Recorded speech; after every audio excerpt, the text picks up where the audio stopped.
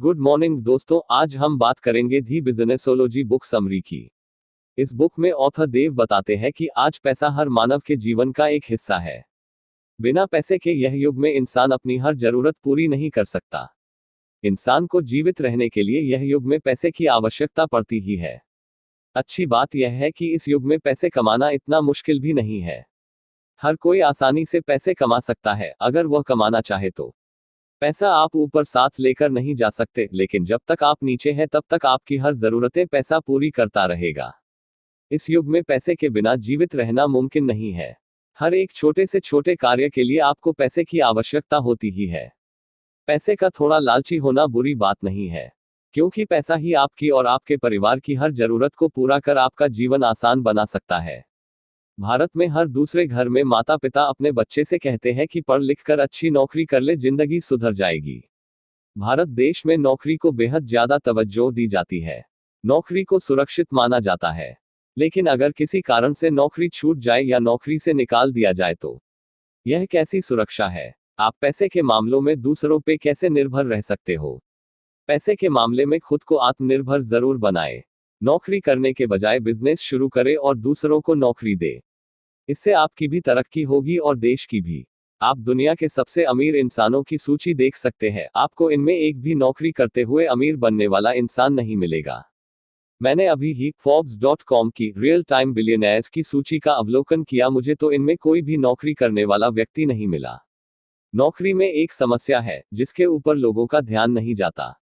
जब आप नौकरी कर रहे होते हैं तब एक समय आता है जब आपका वेतन और ज्यादा नहीं बढ़ सकता, यानी आपकी आर्थिक तरक्की रुक जाएगी। इस समय आप यह सोच सकते हैं कि क्या आपके जीवन गुजारने के लिए इतना वेतन काफी है। लेकिन समय के साथ इन्फ्लेशन यानी वस्तु के दाम भी बढ़ते हैं, जो कि हर साल तकरीबन 5% के करीब होता है। मतलब अगर इस साल आप जो वस्तु 1000 रुपए में खरीद सकते हो, वो वस्तु अगले साल आपको 1050 रुपए में मिलेगी। इसी प्रकार हर साल आपकी खरीदारी की क्षमता कम हो जाएगी। जबकि बिजनेस में आप जितना ज्यादा काम करोगे उतना ज्यादा फायदा आपका होगा। और इतना ही नहीं, आपके कर्मचारी जितना काम करेंगे उसका लाभ भी आपको ही होगा। आप क्यों दूसरों पर भरोसा रखकर अपने जीवन को समस्या में डाल रहे हो? अपना जीवन खुद नियंत्रित करें। नेशनल सैंपल सर्वे और पीरियोडिक लेबर फोर्स सर्वे के डाटा अनुसार 136 मिलियन नॉन एग्रीकल्चरल नौकरी कोरोना वायरस की वजह से खतरे में है। तो आपको क्यों अपने जीवन को नौकरी करके संकट में डालना है, जहां आपको कभी भी निकाल दिया जा सकता है? अब आप खुद सोचे, जोखिम किस में है, नौकरी में या बिजनेस में? अपने आप को पैसों के लिए दूसरों पे निर्भर मत बनाए, खुद आत्मनिर्भर बने। अगर आपकी नौकरी सुरक्षित है कोविड-19 महामारी के दौरान तो यह अच्छी बात है, लेकिन अब आपके सोचने का समय आ गया है।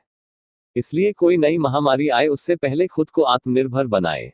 एक आधुनिक महामारी पहले से ही हमारे जीवन में पैर फैला चुकी है और वह है artificial intelligence. McKenzie global institute की एक अध्ययन के अनुसार 2030 तक केवल भारत में 1 करोड़ 20 लाख महिला और 4 करोड़ 40 लाख पुरुष आर्टिफिशियल इंटेलिजेंस और दूसरी ऑटोमेशन सुविधा के कारण बेरोजगार होंगे।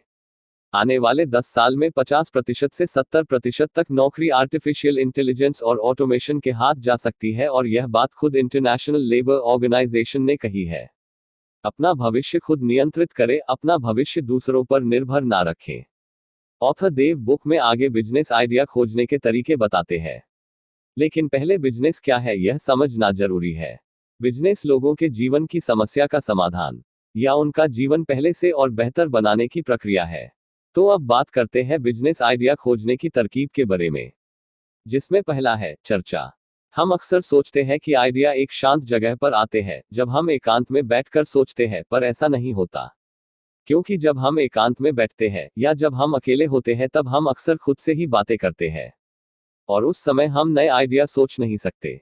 आपको एकांत में भी आइडिया आ सकते हैं, पर वह तब संभव है जब आपने पहले बाहर जाकर कोई समस्या खोज ली हो, और उस समस्या का समाधान खोजने के लिए एकांत आपको लाभ दे सकता है। पर अगर आप एकदम नया आइडिया खोजने का प्रयास कर रहे हैं तो आपको एकांत से शायद ही कोई लाभ मिलेगा।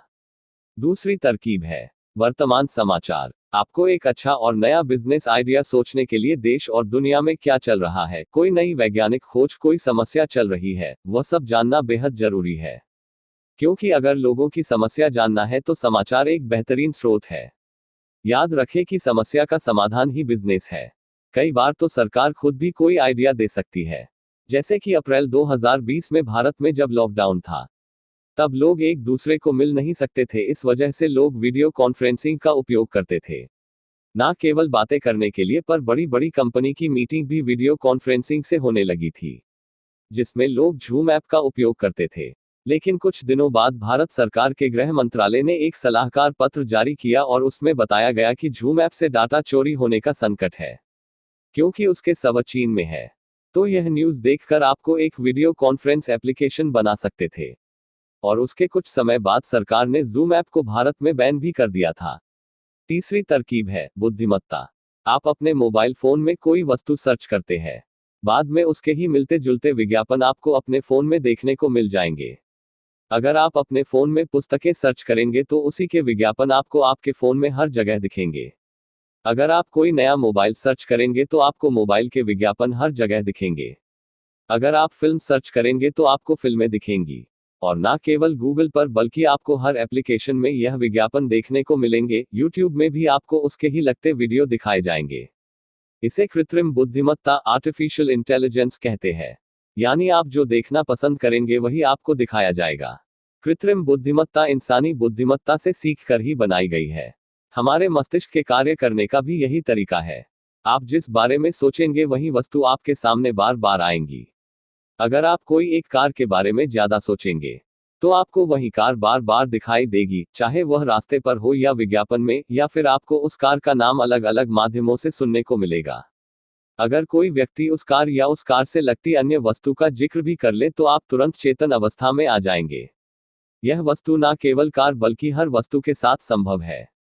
अगर आप किसी मोबाइल के बारे में सोचते हैं तो आपको हर जगह वह मोबाइल ही नजर आएंगे। अगर आप किसी व्यक्ति के बारे में सोचते हैं तो वह व्यक्ति का नाम आपके सामने आता रहेगा, या उस व्यक्ति से जुड़ी अन्य बात आपके सामने आएगी। वास्तव में वह नाम, व्यक्ति, मोबाइल या कार आपके सामने पहले से ज्यादा बार नहीं आ रहे हैं। वह तो पहले जितनी बार आते थे उतनी ही बार अब भी आते हैं। पर हमारा अवचेतन मस्तिष्क हम जिस विषय पर ज्यादा सोच विचार करते हैं उसे ज्यादा महत्वपूर्ण समझता है। और इसी वजह से हर बार जब उससे लगती वस्तु सामने आती है तो हमारा मस्तिष्क हमें संकेत देता है। उसी प्रकार आपको अपना बिजनेस का आइडिया सोचने के लिए अपना पूरा ध्यान बिजनेस पर लगाना होगा। बाद में आपको कहीं पर भी बिजनेस का अवसर नजर आएगा तो आपका अवचेतन मस्तिष्क आपको संकेत भेजेगा। लेकिन यह तभी संभव है जब आप अपने बिजनेस की आइडिया खोजने के लिए गंभीर हो और आप उस पर ज्यादा से ज्यादा विचार करते हो। इसके अलावा और भी बहुत सी तकनीकें उदाहरण के साथ यह किताब में बताई गई है। आगे ऑथर बताते हैं कि बिजनेस में आप अपना सब कुछ दांव पर लगा लेते हो, अगर वह डूब गया तो? यह सवाल हर किसी के मन में उठना स्वाभाविक है। कई पुस्तकें और कोचिंग में यह सिखाया जाता है कि सकारात्मक विचार रखें, सब कुछ ठीक ही होगा।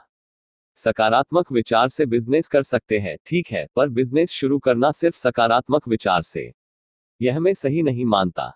क्योंकि बिजनेस में आपकी इतनी मेहनत, समय और पैसे सब कुछ दांव पे लगने वाला हो, जिसमें आपको सफलता की कोई गारंटी नहीं है, क्या वहां सकारात्मक विचार रखकर कोई बिजनेस शुरू करना बेवकूफी नहीं होगी?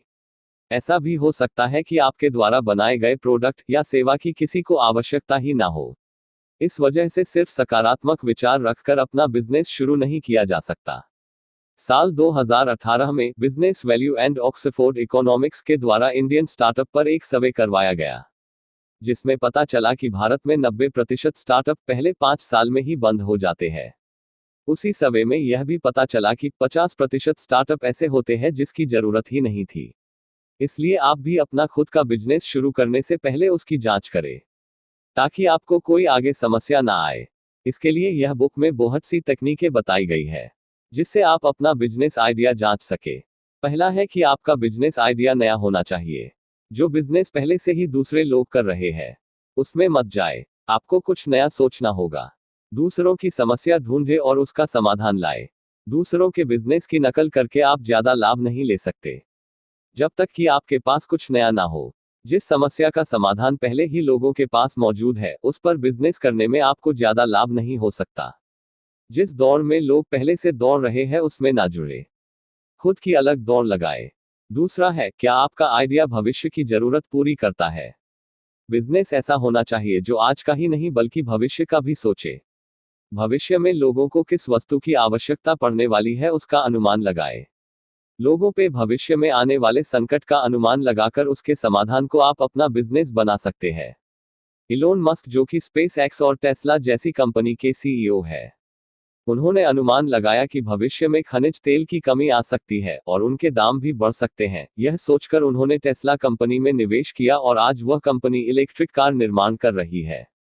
वैसे ही आप भी भविष्य में आने वाली चुनौतियों का अनुमान लगा सकते हैं। अपनी सोच दूरदर्शी रखें और भविष्य का सोचें। नेक्स्ट है, आपका आइडिया दोहराने योग्य होना चाहिए। कई बार नए ग्राहक ढूंढने से अच्छा पुराने ग्राहक को ही बार बार अपना प्रोडक्ट या सेवा बेचना बेहतर होता है। पुराने ग्राहक को आपके प्रोडक्ट या सेवा की गुणवत्ता के बारे में पहले से ही पता होता है, जिससे वह ग्राहक आपका प्रोडक्ट या सेवा को वापस खरीद सकते हैं। और इसके लिए आपको अधिक मार्केटिंग करने की भी आवश्यकता नहीं है। आपका प्रोडक्ट या सेवा ऐसी होनी चाहिए जिसे आप ग्राहक को वह सेवा बार बार बेच सके।